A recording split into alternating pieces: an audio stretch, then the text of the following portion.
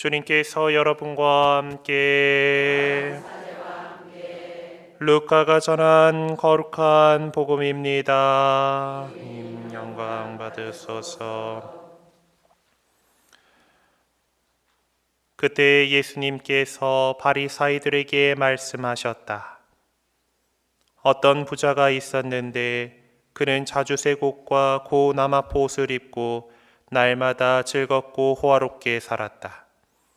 그의 집 대문 앞에는 라자로라는 가난한 이가 종기투성이 몸으로 누워 있었다. 그는 부자의 식탁에서 떨어지는 것으로 배를 채우기를 간절히 바랐다. 그러나 개들까지 와서 그의 종기를 핥곤 하였다. 그러다 그 가난한 이가 죽자 천사들이 그를 아브라함 곁으로 데려갔다. 부자도 죽어 묻혔다. 부자가 저승에서 고통을 받으며 눈을 뜨니 멀리 아브라함과 그의 곁에 있는 라자로가 보였다. 그래서 그가 소리를 질러 말하였다. 아브라함 할아버지, 저에게 자비를 베풀어 주십시오. 라자를 보내시어 그 손가락 끝에 물을 찍어 제 혀를 식히게 해 주십시오. 제가 이 불길 속에서 고초를 겪고 있습니다. 그러자 아브라함이 말하였다. 얘야, 너는 살아있는 동안에 좋은 것들을 받았고 라자로는 나쁜 것들을 받았음을 기억하여라. 그래서 그는 이제 여기에서 위로를 받고 너는 고초를 겪는 것이다. 게다가 우리와 너희 사이에는 큰 구렁이 가로놓여 있어 여기에서 너희 쪽으로 건너가려 해도 갈 수 없고 거기에서 우리 쪽으로 건너오려 해도 올 수 없다. 부자가 말하였다. 그렇다면 할아버지, 제발 라자로를 제 아버지 집으로 보내주십시오. 저에게 5 형제가 있는데 라자로가 그들에게 경고하여 그들만은 이 고통스러운 곳에 오지 않게 해주십시오.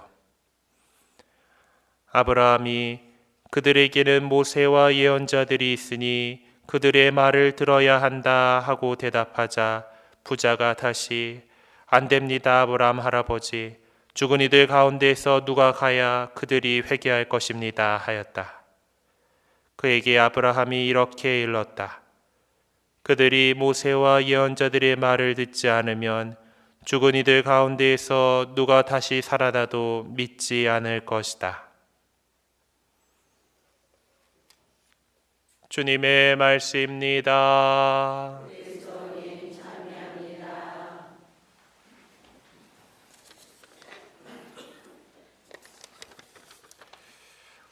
오늘 우리는 부자와 라자로의 비유 이야기를 복음 말씀으로 들었습니다.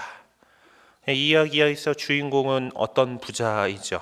복음사가는 부자에 대해서 이렇게 설명하고 있습니다. 그는 자주색 옷과 고운 아마포 옷을 입고 날마다 즐겁고 호화롭게 살았다. 그게 다입니다.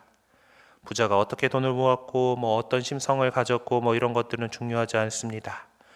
부자의 집 대문 앞에는 구걸하던 종기투성의 거지도 이제 라자로라는 이름이 나오는데 이 부자는 이름조차 나오지 않습니다. 그냥 어떤 부자일 뿐이죠. 그래, 어쩌면 이 부자의 재산은 정직하게 일해서 얻은 것일지도 모르겠습니다. 또 사회의 법규도 잘 지켰을 겁니다.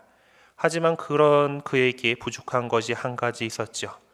자기 집 앞에 아픈 몸으로 걸식하고 있는 가난한 이가 있음에도 자신만 호화롭게 살았던 것입니다.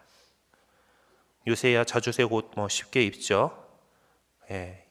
옛날에 자주색 옷은 거의 황제쯤 돼야, 임금님쯤 돼야 입을 수 있는 옷입니다. 왜냐하면 자주색 염료가 무진장 비쌌기 때문에 그래요.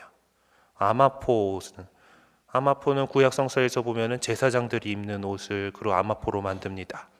든 귀한 재료다라는 뜻이죠. 그거를 날마다 걸치고 호화롭게 살 정도면 대단히 부자였다라는 것을 알 수 있었습니다. 그런데 그거를 잘 쓸 줄 몰랐던 것이죠. 자신만 생각하고 자신의 집 앞에 있는 그런 가난하고 어려운 일을 돌보지 못했던 겁니다. 그래서 그 이기심의 결과가 바로 그가 저승에서 겪고 있는 여러 가지 고초입니다. 우리가 독서에서 들은 대로 하느님께서는 사람마다 제 길에 따라 제 행실에 따라 갚아주시는 분이기 때문입니다. 복음에 나오는 부자는 이기심으로 인해 주위의 이웃을 돌보지 못했습니다.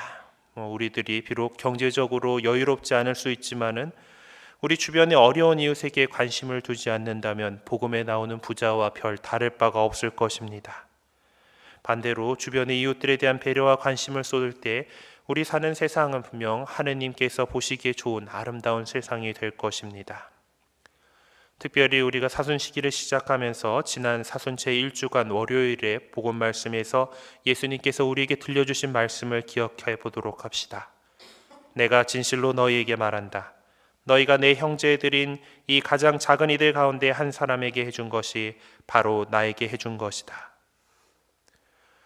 오늘 이 미사 가운데 우리 주변에 도움이 필요한 이웃들을 기억해 봅시다. 그리고 하느님께로부터 그들을 살펴볼 수 있는 우리에게 따뜻한 시선과 또 필요한 용기와 힘을 그리고 사랑을 주시기를 청하면서 이 거룩한 미사를 정성껏 봉헌합시다.